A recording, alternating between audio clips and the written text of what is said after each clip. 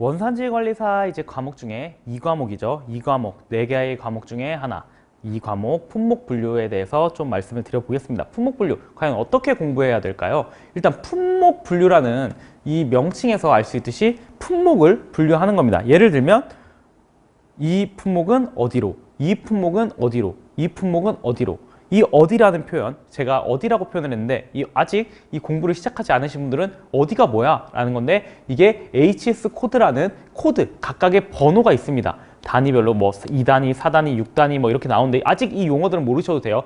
어떤 하나의 코드를 분류하는 겁니다. 예를 들면 이 스마트폰은 8517이라는 호에 분류가 됩니다. 4단위 호에. 이런 식으로 어쨌든 분류를 하는 겁니다. 그럼 분류를 하는 이유가 있겠죠. 그리고 우리가 왜 이 원산지 관리사라는 시험에서 이 과목이 시험 과목으로 채택됐는지 이제 설명을 드려보도록 하겠습니다. 우선 이 과목 같은 경우는 관세사 시험에서 그 2차 과목 중에 그 관세율표 및 상품학이라는 과목이 있어요. 아주 극악의 암기량을 자랑하는 과목인데 그 과목과 똑같습니다. 범위가 똑같다는 거예요. 범위가 똑같은데 관세사 시험은 주관식 버전, 그 다음에 뭐예요? 원산지 관리서는 사지선다, 객관식 버전이라고 보시면 됩니다.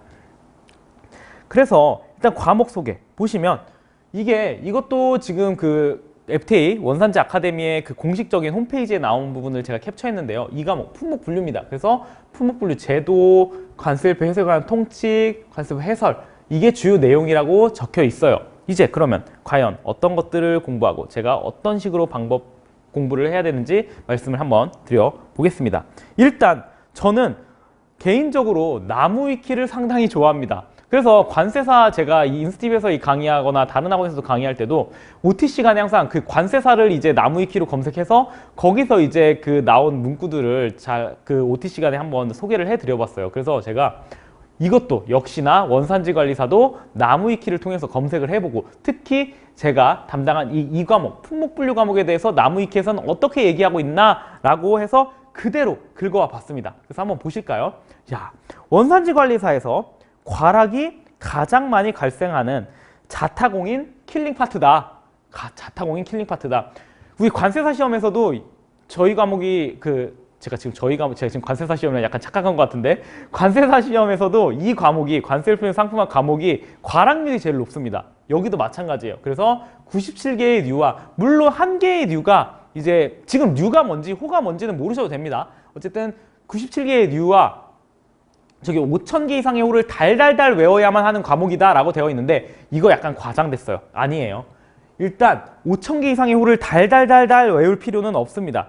저희 관세사 시험 공부하시는 분들도 5,000개 이상의 호를 달달달 외운다? 이건 말이 안 됩니다. 지금 이게 약간 잘못 반영된 것 같아요. 호라는 거는 4단위 호를 말하는 거거든요. 이 4단위 호는 5,000개가 안 넘습니다. 1,200개 정도 돼요. 1,228개? 약 1,200개 정도 됩니다. 그 호를 중요한 거 위주로 외워주시면 되는 거. 물론 관세사 시험을 공부하시는 분들은 거의 달달달 외우긴 합니다. 그 1,000몇 개 되는 거를. 근데 이 5,000개는 또 6단위 저희가 소호라고 표현하는 게 있거든요. 그 소호까지 했을 때 이제 5,000개가 넘습니다. 그때 한 5,600개 정도 될 거예요. 그래서 그럼 소호까지 달달달 외워야 되냐? 그건 아니에요. 그래서 이거는 너무 과장됐다. 이건 너무 과장됐다. 여기까지 달달달달달 외울 필요는 없습니다. 그리고 보세요. 과목의 특성상 속독을 통한 유추학습이 불가능하다. 그리고 HS, 근데 이것도 설명이 좀 잘못된 것 같아요. HS 코드가 변환되는 세번 변경 통칙은 저는 세번 변경 통칙이라는 걸 들어본 적이 없거든요. 이 표현도 이상해요. 이거는 HS 코드가 변환되는 세번 변경 통칙이 이게 아니라 저희 3과목에 있는 원산지 결정 기준에 세번 변경 기준이라는 그 원산지 품목별 원산지 결정 기준이 있어요. 그래서 그걸 말하는 것 같은데 어쨌든 이거는 잘못된 것 같다라는 겁니다. 그래서 제가 잘못된 정보라는 거, 세번 변경 통칙 저 듣도 보도 못했습니다. 세번 변경 기준을 말하는 것 같아요. 그리고 세번 변경 통칙이라는 또 저희 관세율표 해석에 관한 통칙이라고 저희 시험 범위에 있는 부분이 있는데 뭐 세번 변경 기준하고 관세율표 해석에 관한 통칙을 합쳐놓은 용어인가? 모르겠습니다. 어쨌든 이거는 잘못된 내용이고 그 다음에 보세요. 관세사 2차 시험에나 나올 법한 내용들을 품목분류 파트에서 공부를 해야 한다. 여기서 많은 수강생들이 포기하며 실제로 과락률 또한 매우 높다. 네, 맞습니다. 네, 그 다음에 한국의 주력 산업인 자동차, 전자, 철강, 기계류 부분은 호까지 완벽하게 암기하실 필요 없습니다. 이거 너무 과장됐어요. 너무 완벽하지 않아도 돼요. 네, 너무 과장된 게 좀 있습니다. 그래서 이분은 되게 원산지 관리사를 너무 이것이 내가 못할 거 아니야? 이렇게 설명을 해놓고 있는데 이 과목에 대해서 그 정도까지는 아닙니다. 그래서 근데 이게 맞아요. 관세사 2차 시험에 나올 법한 내용들을 품목분류 파트에서 공부를 해야 된다. 이렇게 나오잖아요.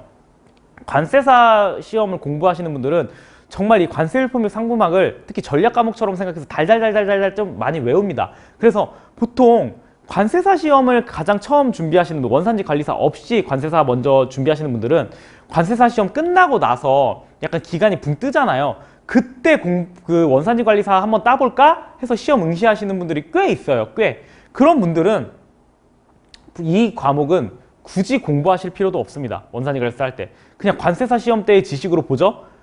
제가 봤을 때 8, 90점 이상 고득점 나올 거예요. 80점 이상, 90점 이상 고득점 나올 거예요. 그래서 만약에 여러분이 관세사 시험을 정말 열심히 준비했던 수험생이다 라고 하신다면 이 과목은 솔직히 강의는 듣지 않으셔도 돼요.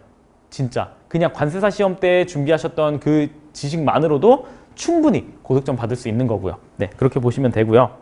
그러면 우리 품목분류는 왜 공부해야 될까요? 지금 이게 화면이 지금 아마 제가 자료에는 잘 나올 텐데 이게 화면이 좀 흐릿하게 나오는데 제가 설명을 드려볼게요. 자, 여기 이 품목번호라고 써 있는 게 HS 코드라는 겁니다. 851713이라고 써 있어요. 851713이라고 써 있는데 이게 바로 이 스마트폰의 HS 코드라는 겁니다. 그래서 이 8517이라는 게 이게 뭐 수업 시간에 더 설명을 드리겠지만 이 8517이라는 게 4단이죠. 앞에 4. 그리고 이 13까지 하면 앞에 6자리죠. 그게 6단입니다. 4단이 6단이라고 표현해요.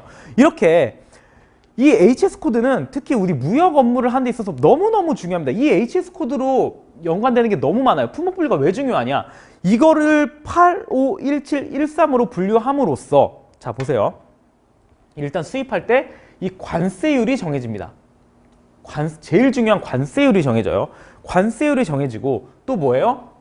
여기들이 지금 뭐 요건이라고 해요. 그래서 우리가 수입할 때 뭐 이런 수출할 때나 뭐 이런 요건 어떤 인증을 받아야 된다거나 이런 요건을 취득해야 되는 것도 HS 코드에 따라 이제 확인이 가능하고요. 그 다음에 여기 보세요.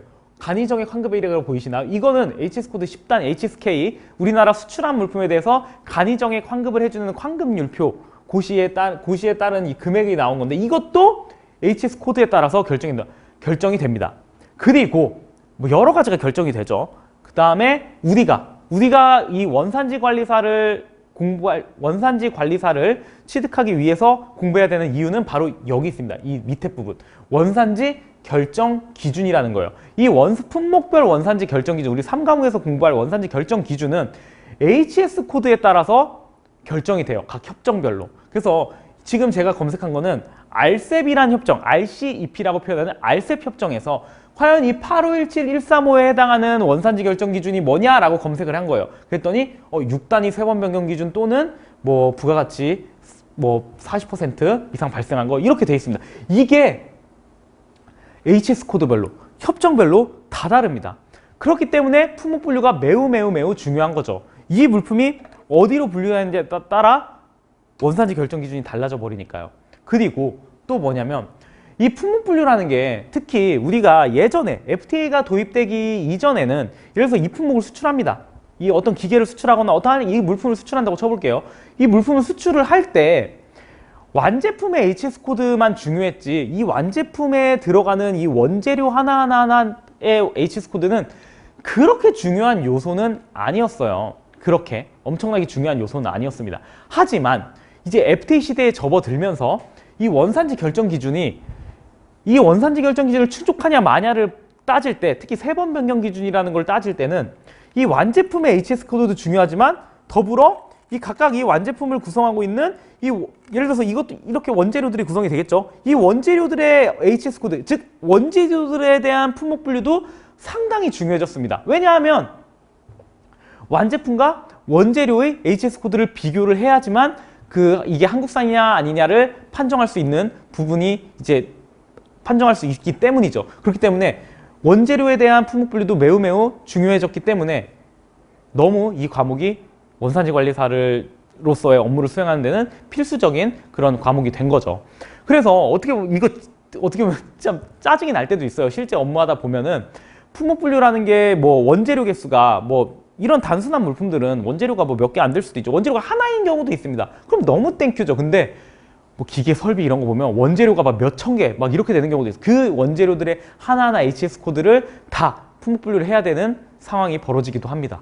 근데 우리가 그 품목분류를 위해서 이 과목을 공부를 하는 거죠. 그렇기 때문에 반드시 우리가 FTL을 활용하는 데 있어서의 이 품목분류는 완제품뿐만이 아니라 원재료에 대한 품목분류까지 진행을 해야 되고, 이 품목분류에 따라 원산지 결정 기준을 충족하냐 이런 것들도 알 수 있고, 원산지 결정 기준이 뭐냐도 확인할 수 있기 때문에 매우 매우 중요합니다. 그 다음, 그래서 이 과목을 공부하는 거고요. 그래서 제가 이 과목 공부 방법 말씀을 드려볼게요. 자, 일단 이거는 모든 과목 다 마찬가지예요. 제가 관세사 시험 말고도 객관식 시험도 좀 많이 봤었습니다. 살아오면서. 근데 일단은 만약에 좀 강의를 들으시다가 아 이거 이해 안 되는데, 이해가 안 되실 거예요. 처음에. 왜냐?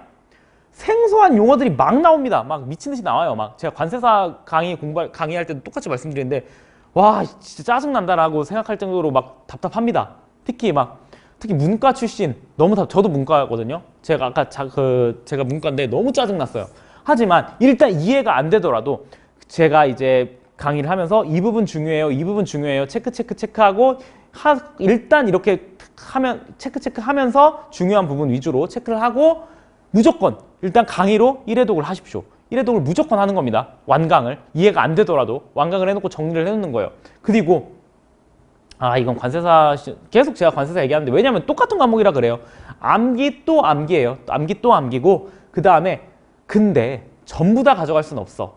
그쵸? 전부 다 가져갈 수는 없습니다. 전략적으로 공부, 다행인 건 우리 관세사 시험은 물론 절대평가를 빙자한 상대평가입니다. 상대평가긴 하지만 우리 원산지 관례사 시험은 절대평가입니다. 절대평가고 평균 60점만 넘으면 돼요. 꽈락만 없으면 됩니다. 그래서 보통 여러분들이 공부할 때 1과목, 4과목이 약간 전략 과목이 되고 2과목, 3과목이 약간 좀 취약한 과목이라서 50점만 넘기자. 약간 뭐 이런 느낌으로 공부하시는 분들도 있어요. 그렇게 생각하면 마음이 편해집니다. 그러니까 모두 다 가져가려고 하지 마세요. 나는 평균 60점만 넘으면 되는 겁니다. 근데 내가 너무 열심히 공부하고 싶다. 그럼 열심히 하시면 되는 거고요. 그래서 전부 다 가져갈 수는 없다. 제가 이거 전부 다 가져갈 수 없다를 관세사 시험에서도 얘기를 하거든요. 근데 관세사 시험은 그래도 많이 가져가야 돼요. 근데 얘는 그거보단 덜 가져가도 됩니다. 왜냐? 우리는 1과목, 4과목에서 고득점 받고 여기서는 50점만 넣으면 된다고 생각하시면 정말 마음이 편하거든요. 그래서 특히 기출 경향 분석이라고 해서 기출 경향 분석해보면 많이 나온 기출 빈도가 있어요. 물론 다 여기저기서 나오긴 합니다. 그래도 어쨌든 선택을 하자면 이 위주로, 지금 유가 뭔지 부가 뭔지 통칙이 뭔지는 모르셔도 돼요. 어쨌든 84류, 85류, 뭐 기계, 전기기기, 정밀기기 뭐 그런 쪽이거든요. 그런 것들. 그래서 1에서 4부, 뭐 동식물성, 뭐 생산품들, 그다음에 통칙이라고 하는 거, 아까 뭐 나무위키에서 3번 변경 통칙, 그런 통칙이 아닙니다. 관세율표 해석에 관한 통칙이라고 있어요. 우리 품목분류를 할 때 적용되는 원칙입니다. 매우 매우 중요해요. 그래서 원칙, 이런 순서로 집중해서 공부를 하시면 되고요. 그리고 우리 객관식, 주관식 시험과 다르게 객관식 시험은 사실 치사하잖아요. 뭐 숫자 좀 뭐 이렇게 바꾸거나, 뭐 이상을 뭐 초과로 바꾸거나, 이하를 뭐 미만으로 바꾸거나, 뭐 그런 식으로, 뭐 규칙이란 단어를 뭐 불규칙으로 바꾸거나, 이런 식으로 좀 치사하게 나온단 말이에요. 그래서 그런 제외한다, 뭐 포함한다, 아니면 숫자, 은근히 숫자가 많이 나오거든요. 관세사 시험 때, 관세사 시험, 원산지 관리사 이제 시험에서 이 품목분류 그 규정에서 숫자가 상당히 많이 나옵니다. 그래서 이 수치에 좀 집중해서 좀 공부를 해주시면 되고요. 그 다음에 객관식 시험은 무조건 이게 왕도예요. 문제풀이 무한반복. 문제풀이를 무한반복하면 무조건 합격하게 돼 있어요. 객관식 시험은 무조건입니다.